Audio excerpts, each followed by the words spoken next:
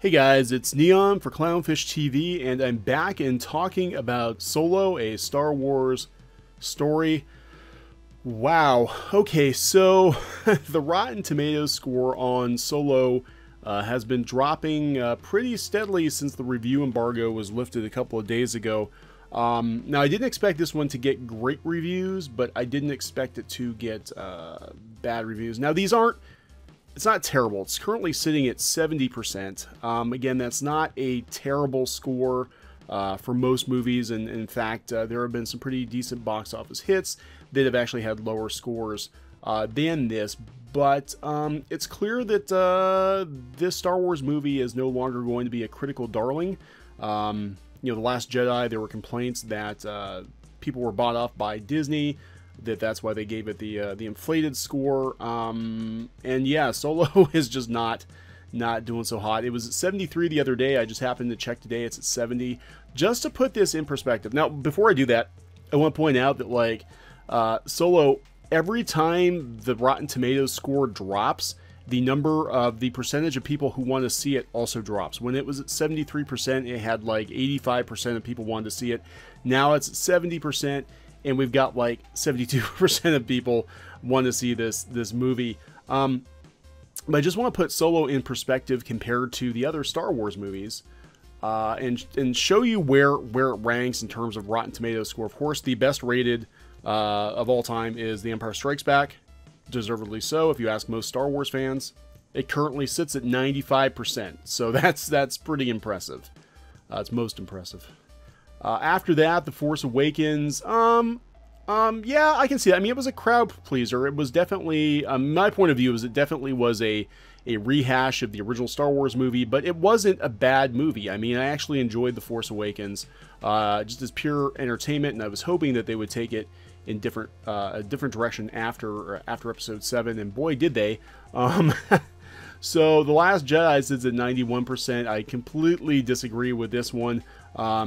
The movie doesn't really have a lot of technical flaws, but it just really thrashed the characters from the original trilogy and really pushed politics a lot more than it really had to.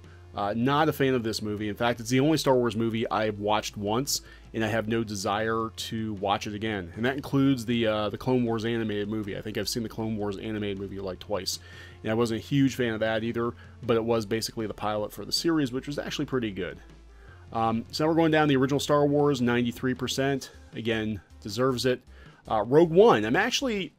I liked Rogue One quite a bit. 85 is still pretty good, but for me, I actually would have preferred Rogue One had that 91% that The Last Jedi had. Rogue One gave me some hope for the Disney-fied version of Star Wars. Really enjoyed the movie. It did have some flaws. But overall, I really liked it, and K2SO is one of my favorite top 5 Star Wars characters now because of this movie. Plus, it also had one of the best Vader scenes in any movie ever, and we really were hoping that Solo would be at least as good as Rogue One.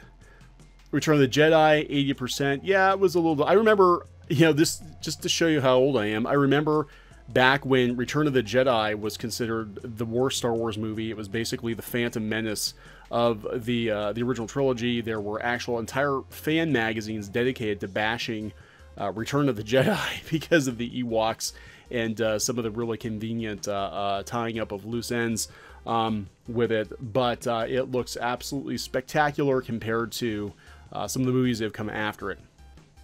Revenge of the Sith is at 79%.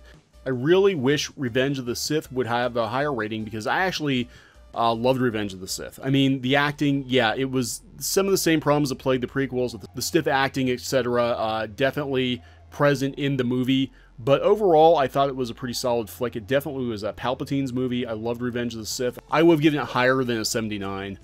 Personally, I would put it in the 80, 85 range. Okay, so now we're getting down to where Solo ranks with the rest of the Star Wars movies. Solo is only 4 points. Currently, it's only 4 points ahead of Attack of the Clones, which personally I feel Attack of the Clones is actually the worst of the prequels. Some people are going to disagree with me on that. They're going to say The Phantom Menace. I think The Phantom Menace was a little more forgivable for a couple of reasons. I mean, granted, it did have a lot of Jar Jar. I actually didn't mind Jar Jar as much as some people did. But Jake Lloyd could be forgiven a little more easily than, you know, the adult cast or Hayden Christensen. You know, we didn't have Liam Neeson. Liam Neeson definitely was one of the best parts of The Phantom Menace, and really it was kind of a meandering movie. You know, I really didn't. It was okay, and we got the Clone Wars series out of it, but it definitely, the acting I thought was worse in Attack of the Clones than it was in The Phantom Menace. So speaking of which, currently the worst reviewed live action Star Wars movie of all time is The Phantom Menace at 55%. Which, yeah, I mean, most people would agree that The Phantom Menace is probably the worst Star Wars movie so far. You know, just in terms of how audiences react to it. I mean, personally, I feel if everything was even, I honestly think that The Last Jedi would have a much, much lower score just based on the fan reaction to it.